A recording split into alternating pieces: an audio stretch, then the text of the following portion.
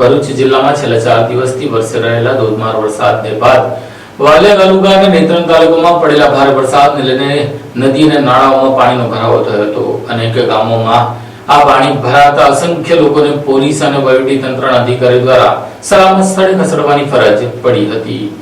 વાલિયા અને નેત્રંગ તાલુકામાં પડેલા અતિભારે વરસાદના પગલે નદી નાળાઓમાં ઘોડાપૂરની સ્થિતિ સર્જાઈ। વાલિયા તાલુકાના 16 ગામ નજીકથી પસાર થતી ટોકરી ખાડીમાં અચાનક પાણીનો પ્રવાહ વધતા ગામના 3 ફળિયામાં 150 થી વધુ લોકો ફસાઈ ગયા। ઘટનાની જાણ થતાં વહીવટી તંત્ર અને વાલિયા પોલીસ તાત્કાલિક પહોંચી રેસ્ક્યુ કામગીરી હાથ ધરી। પાણીનો પ્રવાહ વધુ હોવાથી કેટલાક લોકોને ખભા પર બેસાડી બહાર લાવવામાં આવ્યા। બાદમાં તમામને સલામત સ્થળે ખસેડી જરૂરી સુવિધા ઉપલબ્ધ કરાવવામાં આવી। બીજી તરફ લુણા ગામ નજીક કીમ નદીમાં આવેલા પૂરના પાણી મુખ્ય માર્ગ પર તેમજ આસપાસના ખેતરોમાં ફરી વળતા વાહન વ્યવહાર અને ખેતીને અસર પહોંચી। ભારે વરસાદને કારણે સમગ્ર વિસ્તારમાં જનજીવન પ્રભાવિત થયું। નીચાણવાળા વિસ્તારો પર સતત તંત્ર નજર રાખી રહ્યું છે। કિંજલબેન, શું પરિસ્થિતિ છે આ ગામમાં? આજે વાલિયા તાલુકામાં બહુ સખત આગાહી મુજબનો વરસાદ જે પડ્યો છે એના કારણે સોલગામમાં 2-3 ફળિયા એવા છે કે જેની અંદર ઘણા બધા મકાનોમાં માણસો ફસાઈ ચૂક્યા હતા।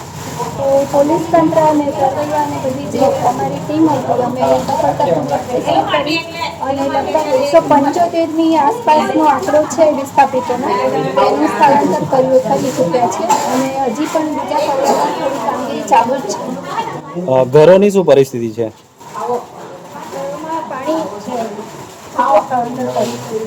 ઘરોમાં પાણી બહુ આવી ગયું છે, એના લીધે પછી આખી રાત ત્યાં રાખી અને તંત્ર દ્વારા શું વ્યવસ્થા છે સ્થળાંતર કરેલું હતું? ફૂડ પેકેટ આપવામાં આવ્યા છે અને હમણાં જમવાની વ્યવસ્થા કરવામાં આવશે।